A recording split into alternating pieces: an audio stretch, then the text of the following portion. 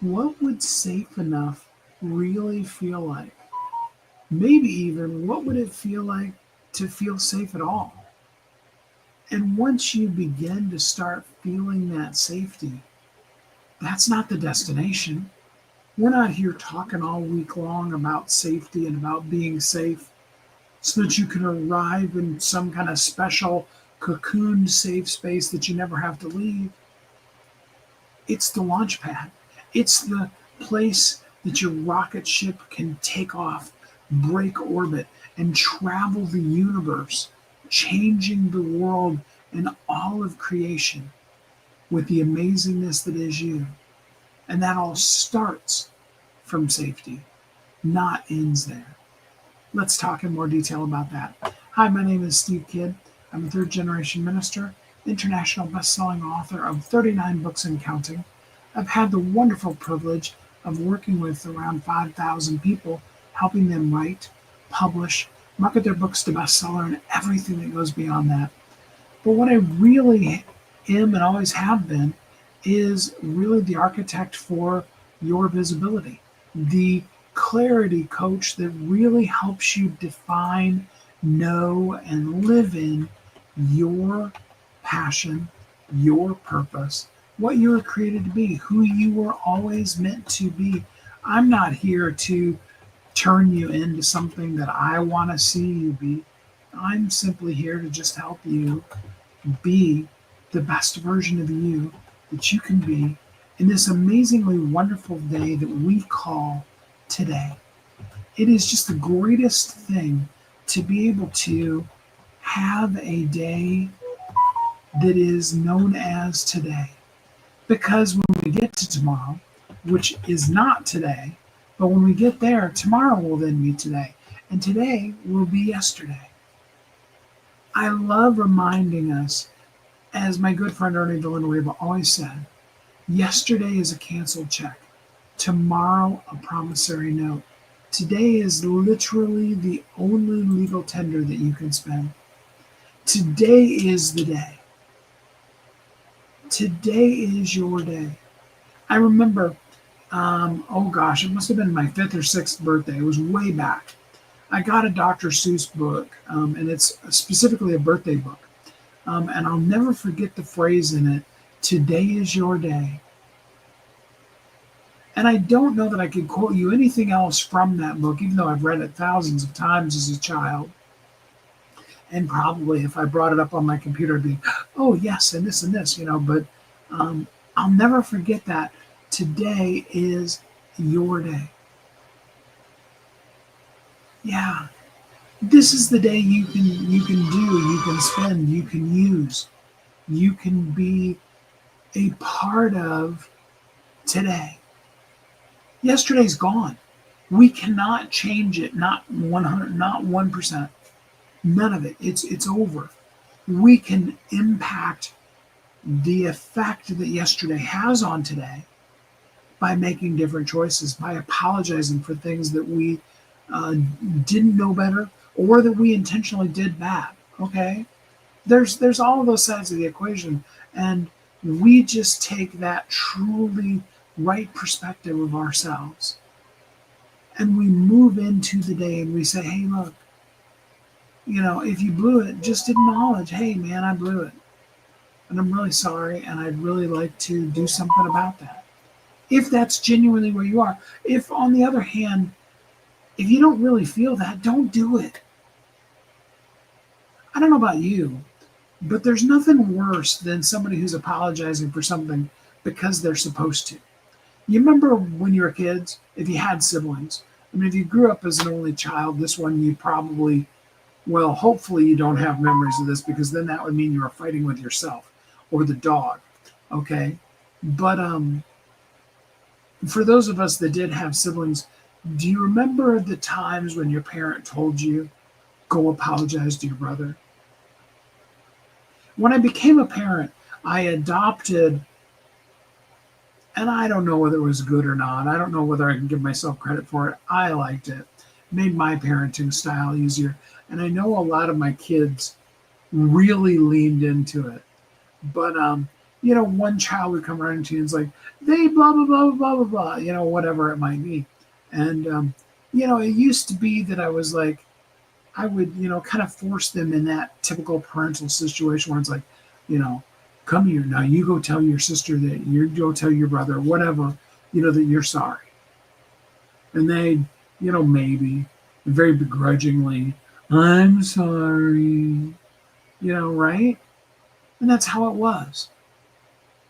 I actually took the opposite tack. The one sibling would come to me and I would just immediately say to them, they're sorry. They'd be like, and it literally got to the place with my kids where it's like, Dad said you're sorry. I mean, why not? Because my apology was at least a genuine apology, and it kind of forced the situation into that. And I was trying to, though, behind the scenes, I'm not sure if they get it yet or not, was trying to instill in them that concept of when you blow it, apologize quickly. We all make mistakes.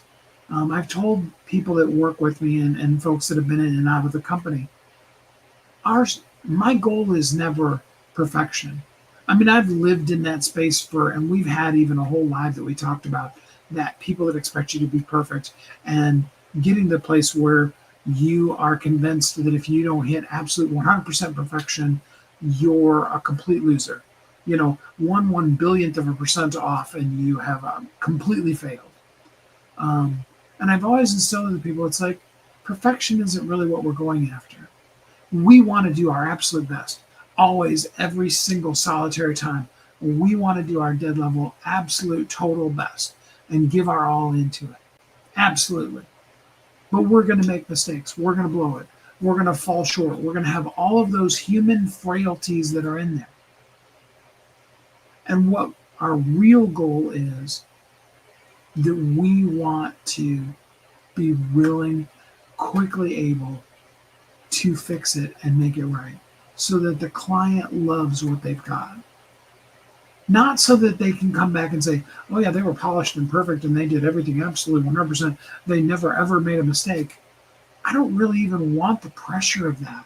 I've lived in that life space, but I don't want the pressure of going, oh, hey, I need to live up to now this unrealistic standard of, these guys are perfect and they never make mistakes. I'd really rather live in the space of, hey, they really care. Yeah, they make mistakes sometimes, and they're always there to fix it. Absolutely, 100% of the time. That totally aligns with my spirit, and that's absolutely much more the way we can show up in the world. And so that's why I'm saying, and that might have been longer of a tangent, but I think somebody needed that today. Because when we're being the best us that we can be today, we apologize for the things that we need to apologize for if we're in a place where we can do it genuinely and completely. If you don't feel sorry, if you're not ready to let that go. Now remember, we even talked about this yesterday. Forgiveness is something that you do to release, unhook that chain from you and let them keep that lock and key and chain. And that's why we do it. And asking for the forgiveness is the same thing. That person, our responsibility is not whether or not when we forgive somebody, they accept that forgiveness. It's not in our purview. That's not an us thing. That's a them thing. Same is true for when we, so that was when we ask for forgiveness.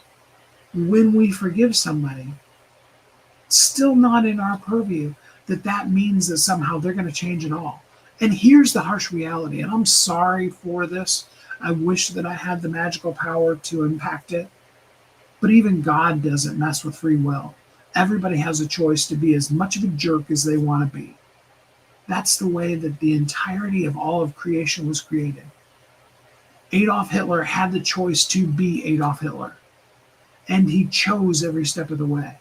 And I guarantee you there were many, many times And you could say that about the worst offender in the world, the worst child molester, rapist, murderer, whatever.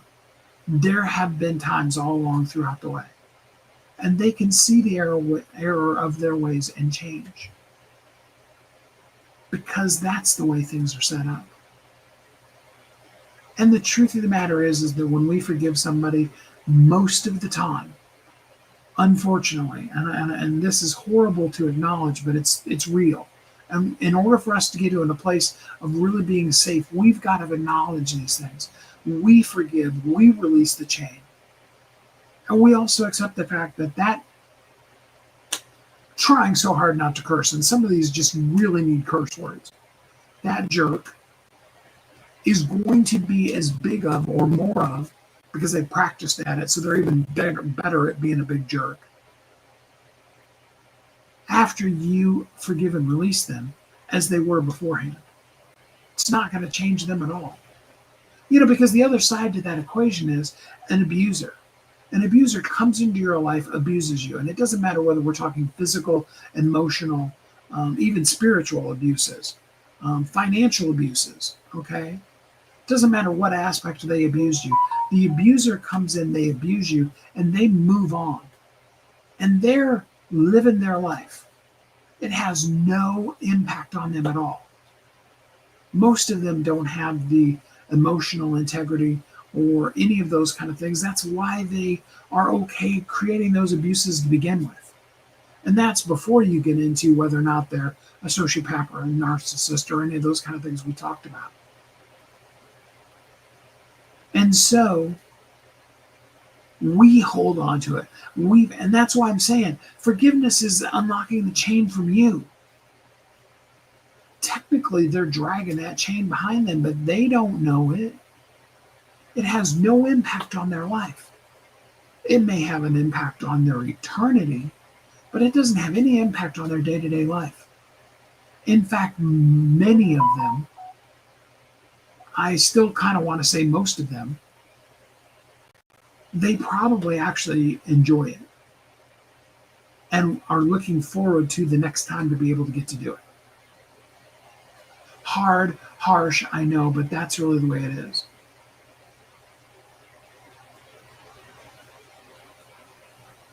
So we release them without the expectation that that's somehow going to impact them at all. It's us that we can control. There's an old saying, I love it. I learned it from a good friend of mine and sales mentor. His name is Sid Bauman. Back in the day, just, for reference sake, Sid Bauman was the guy that the Kirby Company had do all of the training videos, like the company official go through every single last attachment in absolutely every single thing for the entirety of the vacuum and all of its accessories every time they did an upgrade. And he did that for more than 20 years. And I had a great opportunity to get to really know him on a personal level. Really, really cool guy. And he said something that I will never forget. And that's this: control what you can and don't worry about what you can't control. And you see, that's the thing. We live in the space of worrying about all the things that are completely out of our control. So much so that, we worry about even some of the things that are way out of our control. The sun rising tomorrow, whether or not it's going to rain or not tomorrow, because we've got a picnic or a ball game or something. Are we going to impact the weather patterns if we really worry really hard about it? Like if you really put your heart and soul and core into it, is that somehow going to make a difference? Because I think that's based off of barometric pressure and winds and clouds and, evaporation and all those kind of things that are just kind of set natural ways that the world works. And no matter how hard you worry about it, you don't impact that cycle. It's just set.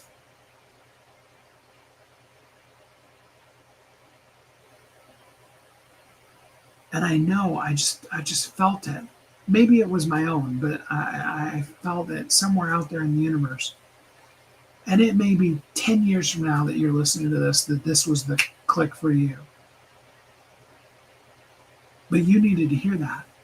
You need to understand that showing up and being the best you that you can be today, and being truly in this safe thing, this safe space, real safe space, not the kooky, we've created a safe space at work so that people, if they get too overly emotional at work, yeah, I'm being highly sarcastic because some of these things drive me crazy, okay?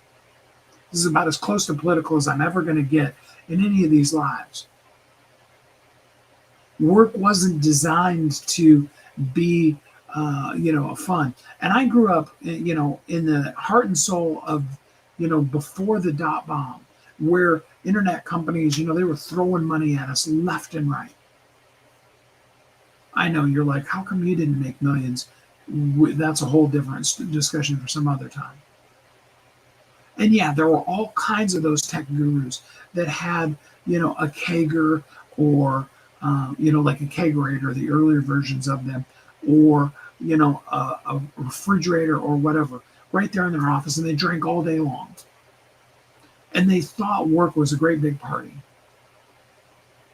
I mean, I knew a guy that his whole entire pitch to investors was, we will lose your money slower than any place else you can invest your money in. Because they did. They spent it all on parties and stuff like that. And so I'm not blaming, 2024 culture. Those are things that, the one experience that I had working as a consultant, but in a corporation, that drove me completely nuts. Those were those kind of things. And those actually come out of an earlier culture, because all the guys in that particular company and all the ones that I knew, I was living in Portland at the time, they all came out of, Intel and Google and, even before Google, because Google came after that, but Intel and Sequent, which got bought out by IBM, and they had all of those kind of things, and they just really destroyed the concept of you go to work, you work. And sometimes the person that works with you is an absolute jerk. And you just do a great job. And you pray that a brick drops on his head. No, not really. Yes, I've been in some extreme situations. My best friend, Craig, had a situation that I can't tell you, and that I'm not sure if I legally can tell you about. But needless to say, there's a guy who's alive now because I got to Craig before he did the thing. Now, Craig has a disability. He's bipolar. I mean, he's very well controlled now. He was not then. All right? And he snapped. And I've seen it. Okay? So I understand the concept of feeling unsafe at work. I mean, we sent everybody home that day because it was an extremely traumatic situation.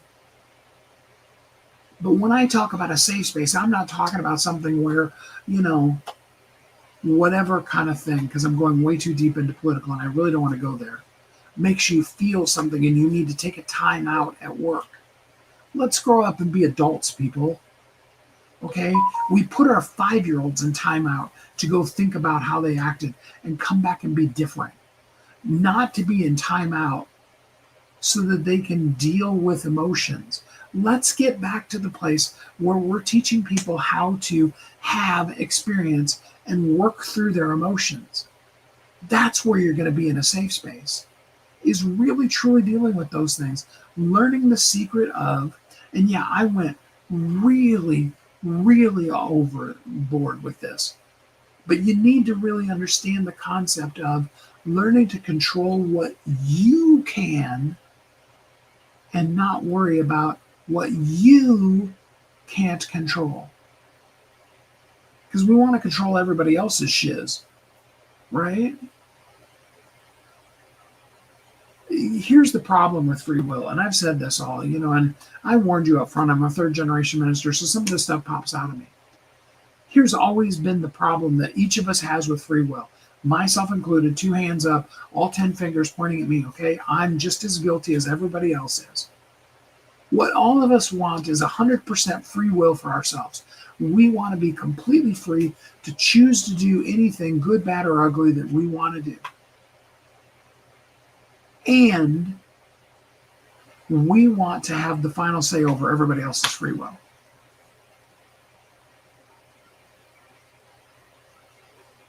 Harsh, I know, but that's the truth of it.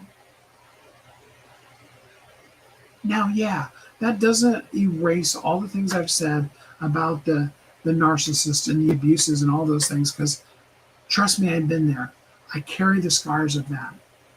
But part of what I'm hoping, I hope my heart's in this, and that it comes through. Yeah, vengeance sounds very satisfying. And sometimes we'd like to. But I want you to hear my heart. If you really want to live in a safe space, you unhook the things, the chain around you, and you forgive and you release the person. You stop trying to control everybody else's free will, and you use your own free will to choose to be the best you that you can be. And sometimes that does mean there's this person and I need to not spend time around them. And if I don't have the choice of not spending the time around them, because many of the times life has us in places where we are around people that are not the best for us, or even flat out not good for us at all. And then we find ways to be able to do the things that we need to do in a situation that's outside of our control. You see, and I got all up in a counselor's grill one time because they were trying to tell me, it's like, well, just don't worry about that. I'm like, well, that's not real. Because I'm not in a place where I can leave this situation. I'm actually talking about when I was growing up and I was a child living at home and I had no job, okay? And it was situations at home, and that's as deep as I'm going to go into it. Because I'm not going to expose stuff that are my parents' stuff, okay? I mean, my close friends know about it, but nobody else does, and that's okay, because I don't need to share it with the world. But I did flat out tell that therapist that they were insane, because that's not real. When you're a child in a home that has chaos in it, you need to be taught the skills of how to create safe space and how to control what you can and not worry about what you can't control. That's what's going to make you feel safe enough. Because the safety comes in being the best you that you can be today. Not in impacting somebody else. Not in changing the whole entire world. If the whole entire world accepted this thing, if the whole entire world was, whatever kind of buzz phrase you want to use, if everybody just, it's like the old song, I'd like to teach the world to sing in perfect harmony. It's a great song. But what about the people who can't sing? Who have never hit a right note in their life? And how much time are we spending trying to teach the rest of the world to sing in perfect harmony rather than showing the world what it looks like to sing in harmony, in harmony. More is caught than taught. Did you catch that? More is caught than taught. You want to impact the world? And I love this phrase, be the change. Be what you want to see the world be. Don't demand of the people next to you to be that. Now, why am I going into all these things that make me sound harsh and not like the kind and loving Steve that I hope you all know that I am? If for some reason this is the first time you heard me, go back and listen to a whole bunch of all my lives, and you'll see. And there's even times that I've cried with you and all those kind of things, okay? I'm not intending to be a big ogre and harsh. There comes that curse word again, jerk to you, okay? But I wanted to be real and raw today on a Friday when we're ending our week, headed into the weekend, so that, tomorrow we can have some fun together and do some casual things, because we can take a real look at, why don't I feel safe? I don't feel safe because I'm trying to make everything and everybody else be this safe thing around me so that I can then choose safety. I can choose to do what I can choose to do. There are things that are outside of your ability to choose, and I get that. And I'm not in any way diminishing how absolutely impactful that is on your life. I get that. I live it every day. I know it. I understand it. Some of those things can't be changed. Not right now, anyway. Change, I do believe, absolutely is coming. And I do believe there will be a way that you will move out and away from those things. But the safety needs to be chosen today.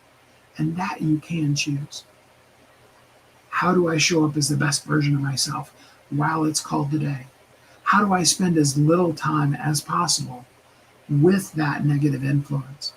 How do I be the change in the world?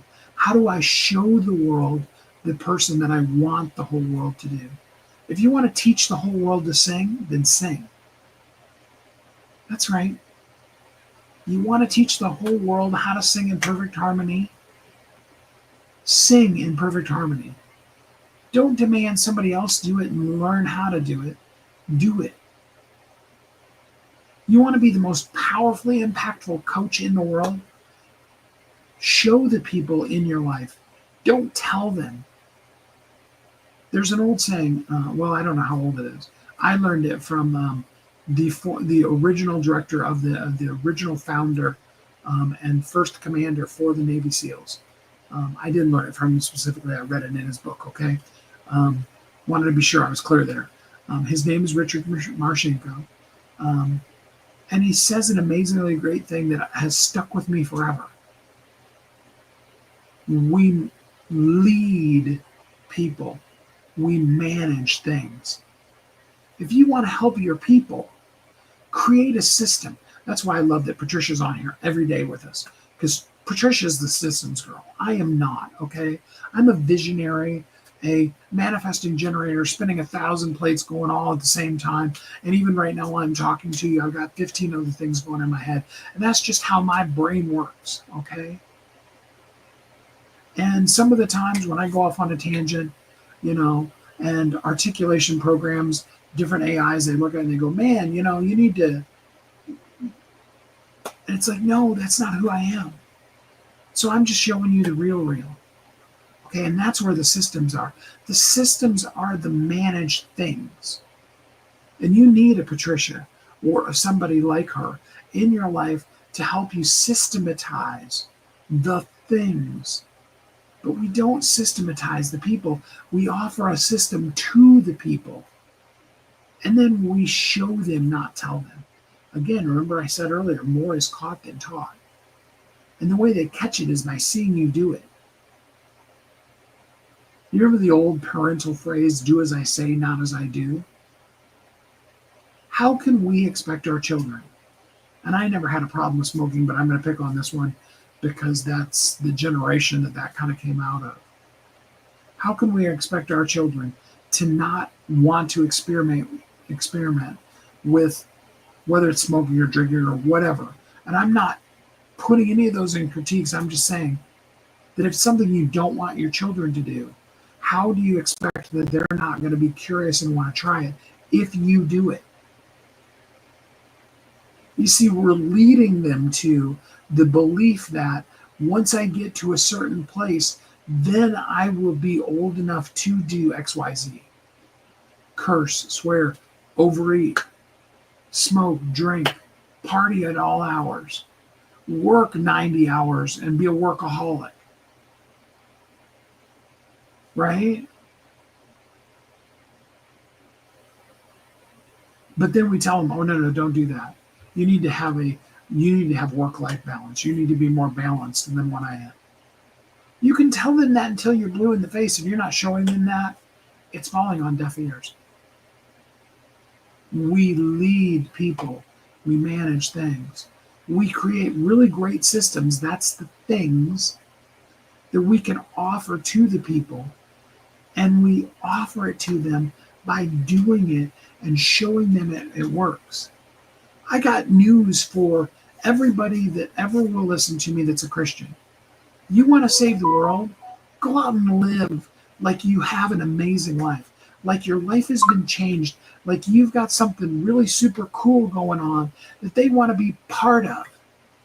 If you're broke and miserable, why would anybody want to join that group when they're happy, wealthy, and partying? If your life isn't better than them, why would they want to have your life? For the promise of something that's out beyond what we can see? Sorry, that was a specific little sermonette there to any Christian that ever listens to me. But it's time we start leading people. If we want people to be whatever this thing is, and you can put whatever religion or belief system or chant boogie woogie till the sky falls down thing that you believe in. If you want somebody else to believe it, go do it and have it make your life better.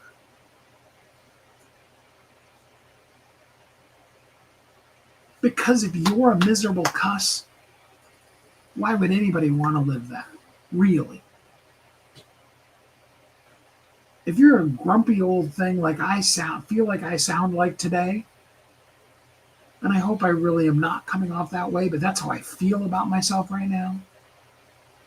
Nobody wants that. People want the laid back, soft, friendly, hey, how you doing today? I really care about you. Look at how good life can be. So if you want safety in your life, start living your best life today. Your best life today may look like, hey, I'm really exhausted and I need to take a nap this afternoon. Okay. There's no worries with that. Your best life may mean, hey, I need to buckle down on this project and really finish this thing. Okay. Your best life may mean you need to get a hold of that person from a day, a week, 10 years ago, whatever, and say, hey, you know what, I'm sorry. And sometimes, and here's a secret for you, sometimes what you need to do is just say that out into the universe and forgive and release yourself and apologize and not get in another situation with that person.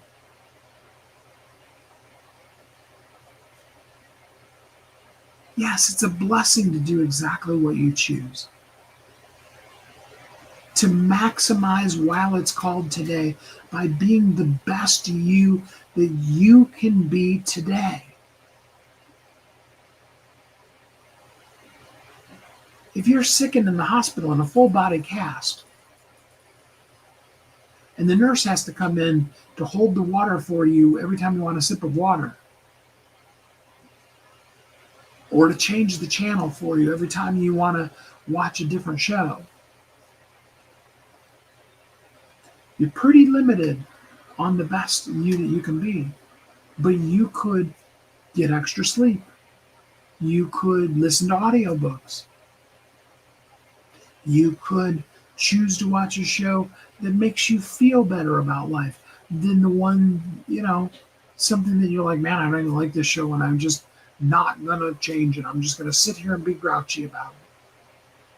That choice is yours. But what would your best today look like?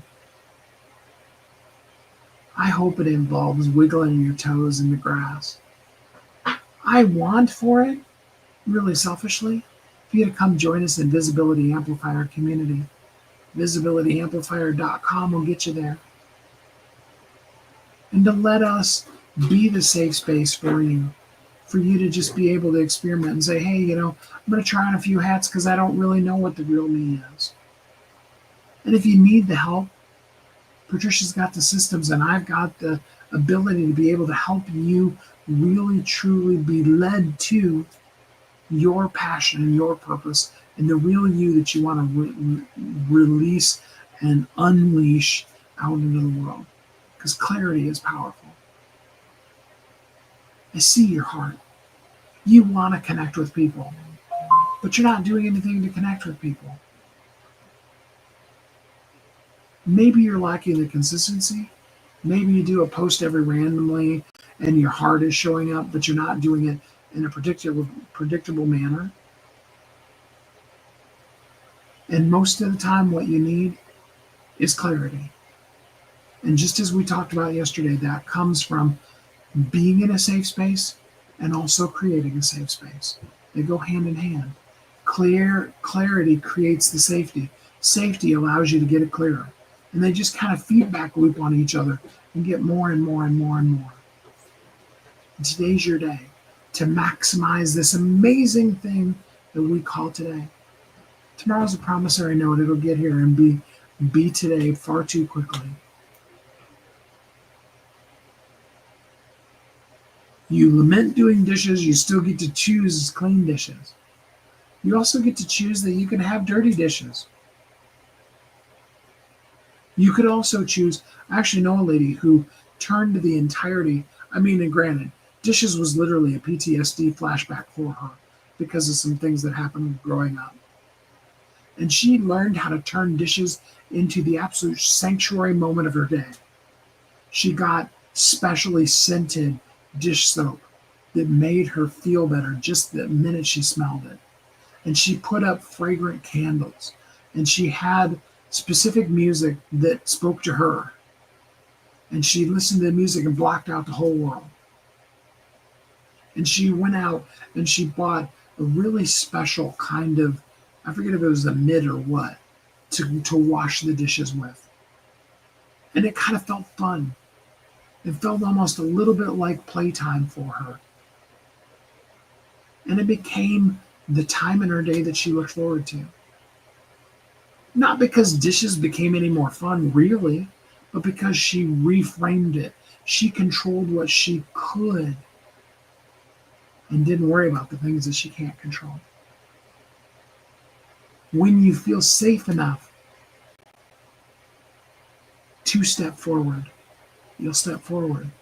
When you create the willingness in you to take the action you can take, you will begin to feel safer and safer and safer, even in the worst of circumstances. I love the old story about the two little boys, twin boys. One was absolutely, totally positive all the time. Nothing ever got him down.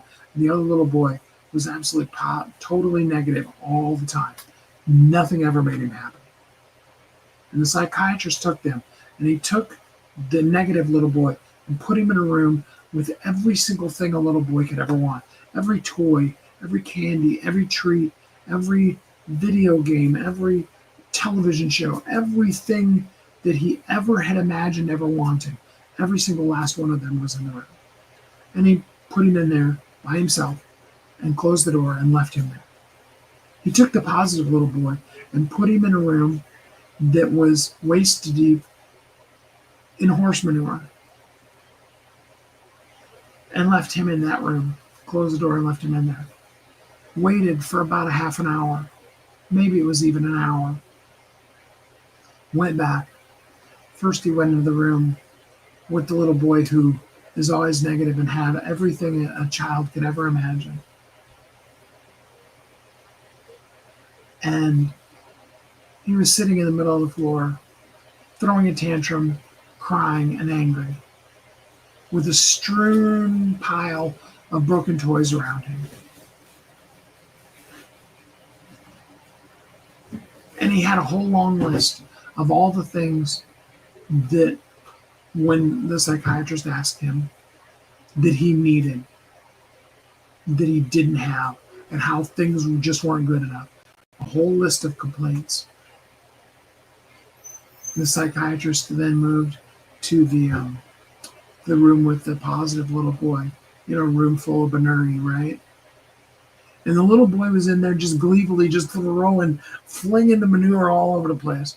Just horse stuff flying all over the place. Happy, laughing, joyful. And the psychiatrist was worried that he had accidentally broken the little boy and made him lose his mind, leaving him in a situation like that. And he walked up to him and he said, hold on, hold on. Are you okay? What are you doing? And the little boy looked at him with a great big grin on his face and he said, with all this manure in here, there's got to be a pony around here somewhere. Whether you think you can or you think you can't, you're right. Whatever you focus on grows. How are you going to maximize today? When you feel safe enough to step forward, you're going to step forward. And I hope that you step forward today. I hope you pick up your phone. Hi, my name is, what I do is, and what I'd really love to share with you today is, go live for 5 seconds, 5 hours, whatever. Enjoy today and be the best you that you can be today, and whatever that means for you. And I celebrate that already with you. I'm proud of you. Let me be the first person to tell you, awesome, great job, you did it. I'm so grateful for you. Do come join us in Visibility Amplifier community. If I can help you get clarity, drop the word clarity in the comments or send me a DM, and let's really get you clear. And let's maximize today. And step forward today in the day that's called today. And until we're together again next time, which is tomorrow, where we're going to be having our relaxed Saturday vibe and let you know you're not too late. You are absolutely right on time. And I'm going to come to you with that relaxed vibe versus the vibe I had today. Sorry about that. Just is the way that it is sometimes, right? But until tomorrow, I hope that you have an amazingly great week. We'll see you soon.